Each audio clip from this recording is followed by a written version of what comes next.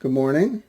We are getting a few hits on this video blog. I think one of them is up to 18 or something like that. We're in the double digits, which is good for me. It's enough to where I'll continue these. Yesterday, I went into Ethan Spike, Matthew's satirical character, and some of his political satire. There's an awful lot to Matthew's life and also to my study. There's a lot that I want to share. Some of it is his politics, because he was heavily into politics, although I'm not so much so in this life. I'm interested in it, but I don't get involved in it. However, Matthew being a political satirist, it's kind of a nostalgia trip for me, just like science fiction is a nostalgia trip for me. So I do go there sometimes, but there's also things that have to do with proving past life memory. There's Matthew's literary history, which I'd like to get into to prove that he was the author of some works, some of them obscure, some of them famous. I'll be doing some of that. I'll show do a show and tell on some of the items that I actually held in past life body with other hands, which I think is kind of interesting. I'll show you one of those this morning. But this is Inauguration Day, and we're inaugurating a president who's a moderate liberal, and no doubt the progressives are going to be on him very quickly, pressing him for a more progressive agenda. So there was a very similar situation back in 1862 during the Civil War when people were pressing Abraham Lincoln to emancipate the slaves. Matthew was one of them. What I'm going to share with you this morning is an open letter that he wrote as his racist character in irony, Ethan Spike. He wrote this for a very conservative magazine called Vanity Fair. And this is the copy I'm going to read from today. I'm going to show it to you. This is the July 12, 1862 edition. This is just a few days before Matthew's birthday on the 18th. So before I do that, I thought I'd show you something that I actually wrote in my past life. I wrote that with another set of hands, and you can see Matthew's signature down here. He was working at the Boston Custom House, and he wrote this letter in response to someone who was apparently trying to get him a job in Washington, D.C.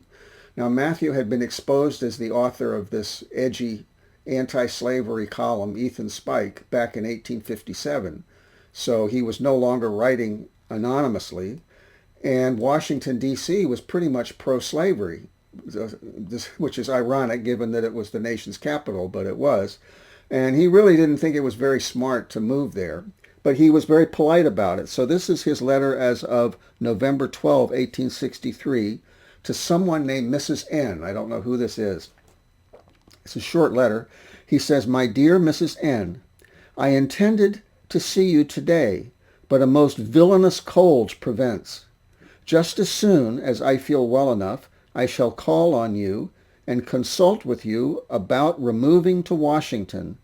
This is very much understated now. My present impressions are that it would not be a wise step," just to put it mildly. "However, when I have seen you and hear all the arguments, I may think differently. In haste, always yours, M.F. Whittier." Well, he would have written this on a break at work, which is why he's in haste. So, I don't know. I don't get any particular emotional flashbacks holding this piece of paper. I mean, I could take it out. I've tried meditating with it. I've tried psychometry. Past life flashbacks only happen when they happen. And the only thing I can see about them that's predictable is that if there's strong emotion involved in this past life experience, and if it's exactly the way that it was before, I'm more likely to get a flashback. So here I'm literally holding something that I wrote. So it's exactly the way it was, except maybe it's a little more faded. But there's not strong emotion attached to it. It's not, about my relationship with Abby or anything like that, or my death, or, just that I had a cold. Well, that wasn't even this body. So you know what I'm saying? So anyway, here is Vanity Fair. Now, I think that it's very strange that Matthew would have written for this publication. The only thing I can think of is there's two possible reasons. One is that he was tired of preaching to the choir and he wanted to reach the people that really needed to be reached, which is to say the conservatives. And the second is that one of the next generation of humorists, Charles Farrar Brown, who wrote the character Artemus Ward, very much in imitation of Matthew's Ethan Spike, he was an editor on this paper for some period of time, so he may have gotten this gig for Matthew. At any rate, most of the ones he wrote for Vanity Fair were apolitical, but this one, it's critical of Lincoln, so it may be that the editors thought, oh, this is good, he's criticizing Lincoln, we'll put this in. Whereas actually he was criticizing Lincoln from the far left, okay, instead of from the right. So it may have gotten in by accident. I don't know how in the world. But anyway, I'm going to read this. Now the situation is convoluted, and I'm not a historian by training. So it took me a long time to figure it out, and actually this morning I just figured out part of it, as long as I've studied this thing. So what's happening is, apparently, the governor of Massachusetts has written to Abraham Lincoln asking him to give permission to recruit black men for the Union Army. And the mayor of Boston, whom Matthew calls the mayor of Boston, M-A-R-E, has written his own letter as though he's on an equal level, which of course he isn't, apparently blasting the whole idea and trying to scare Lincoln as to what the horrible consequences of this might be. I don't have those letters in front of me. I'm just extrapolating. So now Matthew, his character Ethan Spike, is from a fictional town called Hornby in the conservative real county of Oxford, Maine. So I was up in Oxford, Maine not too terribly long ago looking for an antique book, and there are Trump stickers quite in evidence there, so it hadn't changed that much. So, but apparently their governor was liberal. Their governor was Israel Washburn Jr. So Matthew decides he's going to chime in as Ethan Spike and warn poor President Lincoln not to be scared, you know, and to not pay any attention if the governor of Maine writes his letter, liberal letter, not to pay any attention to it and not to be scared. So that's the historical background of this. I don't know how many of you watching these are interested in history, how many are interested in literary history when it comes to Matthew's past life works, some of which are famous. I put a big emphasis on that lately. There's also things in my study that have to do with proving past life memory. And then, as I shared recently, there's past life memories I can't prove very well. I can find some evidence, but I can't really prove them. But if I can prove, say, 5, which I have, the rest of them very likely could be real also. So I think those memories are interesting, the ones that I can't prove. And then there's romantic aspects with Abby and personal poignant aspects with Matthew and his life. So there's a lot to share here, but this being a political day, I'm going to go political once again. Now, with that lengthy introduction,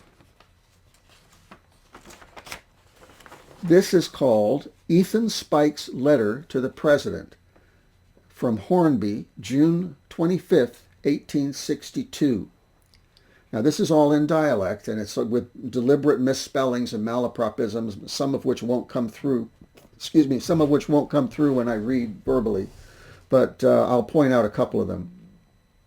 I was proper glad to see that Squire Reitman, the mayor of Boston, M-A-R-E, had writ a letter to the president telling him not to be scared. Now, the word to is always spelled T-O-E here.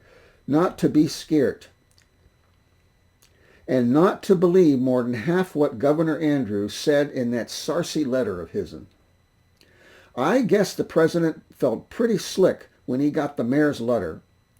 If he'd been scared by the governor, as no doubt he was, it must have been to his anxious feelings like balmy Gideon and precious intment to a stranger in a strange land, or a hart, H-A-R-T, thustin in a water brook. It were a two-edged sword, were the mayor's letter, cut in 2 ways for Sunday, as we say in the classics. It tickled Abram, but smote John between his marrow bones. Likewise hip and thigh. Now there's a joke in there. I don't know what it is. I can feel when Matthew makes a joke, but I can't always catch it in this life with this brain. So he says, generally speaking, I claims to be original, which is to say unicorn. But the example of the mare has been too much for me, as you will see by the foregoing. Well, he means the following. And I should mention here, when Matthew says, I claims to be original, he's stepping out of character and speaking as himself here. This is Matthew saying that he is original, which he is. Now, Hornby, June 24th, 1862. This is the letter. Honorable Abram Lincoln, Linkin, Esquire. Dear Sir, that's D-E-R, sir. Dear Sir, because he's scared, see? The undersigned, this is exactly what like Lee Camp would be saying to Joe Biden. Okay, think of it in that context. Dear Sir, the undersigned, knowing you must have been greatly comforted and consoled by the recent patriotic gushing and outviolent sentiments in the letter of my friend, the most worshipful and worshiping mayor of Boston, which is likewise the hub of the universe, takes my pen in hand to say that he or the undersigned, meaning me, is also in high places, being chairman of the selectmen of the town of Hornby, and beg leave to report, moreover humbly showeth what shall herein arter appear. Now, I'm going to bring a little past life memory into this. When he makes fun of himself as a character, saying that he is also in high places, well, Matthew is, because he's the real author of A Christmas Carol, co-author, and he's the real author of The Raven, and nobody knows about, and he's the real author of The Rag Picker, or Bound and Free, which was basically very much like Uncle Tom's Cabin and had a big impact. He's been working for the anti-slavery cause for years and years, since like 1836 or before. Okay, so he is in high places. So he's making fun of himself, but he's actually speaking again, like the part about being original. It's actually him. He stepped out of character. All right, enough of that. He says, Israel, our governor, which is the governor of Maine, hasn't, but he may write to your honor's excellency about the niggers. Now, I'm going to go ahead and use the N-word because this is satire and it's in character historically. Israel's a little un, not more than half the heft of Andrew, but he's bang up quite punkany for all that. And if he does get a going at you on the nigger question, you'll find him as much worse than John as a yeller wasp is worse than a bumblebee. I don't know's he will write, as I said before, but then again, you know he may, and fully believing that a pound of prevention is worth more than an ounce of cure. He's got that backwards. Likewise, the old saying, he that is forearmed, F-O-U-R armed, ain't usually catched napping. I thought you would just say to your excellency's honorable worship, if he don't mind him. Now, this is kind of interesting in a sense. I've used that pun myself. Forearmed is forewarned. I've made a pun on that myself before I knew that Matthew did it. So it apparently came through with past life memory. His ideas on the nigger feeling of the state won't be worth a blue mixed cuss of last year which has gone to seed. So mind what I tells you. If Israel goes cutting up on this question, I say F, for perhaps he won't, don't be scared. Keep a stiff upper lip, and we'll put you through. He's reassuring Lincoln. There may be a few places in the state where they loves niggers, but 'tain't so here, not in Oxford County. There ain't but one abolitionist in Hornby, and if we thought the general government would bear us out in it, we'd strip his feathers off pretty quick. The everlasting nigger question was settled in our Lyceum 2 years ago, as you may remember, as the decision made considerable stir at the time. Lyceum is talks, okay, and now he's going to bring in the pro-slavery arguments, okay, typically. He's making fun of them. Says, we decided that, quote, niggers was the illegitimate offspring of Cain, their mother being a woman no better than she should be, what lived down Babylon way and wore a red cloak. Consequently, that such stock was monkeys, and the meaning of the statute, and didn't oughter be round. So Matthew has brought in, an ignorant understanding of the Bible and Darwin and everything else he's thrown in there. With such exalted sentiments rooted and grounded in our sile, can your honorable excellency doubt us? Don't mind what nobody says but me. Allers look to me when you want to know anything about the old pitch pine state. Israel may be well enough in a general way, but don't believe him if he says we loves niggers. But I guess I said enough to fix Israel's flint. He won't be pretty likely to squawk much arter this. Of course, Matthew's really urging him to write. I calculate I'm a little ahead of my friend the mayor's time. I doesn't wait for overt acts, but goes in on suspicion. We've seen a little of that. Live and learn, as the Russian general said to the king of the cream of Tartary, and Joseph is not too old. I don't know. I know that's a pun or a reference. I don't know what it is. Yeah.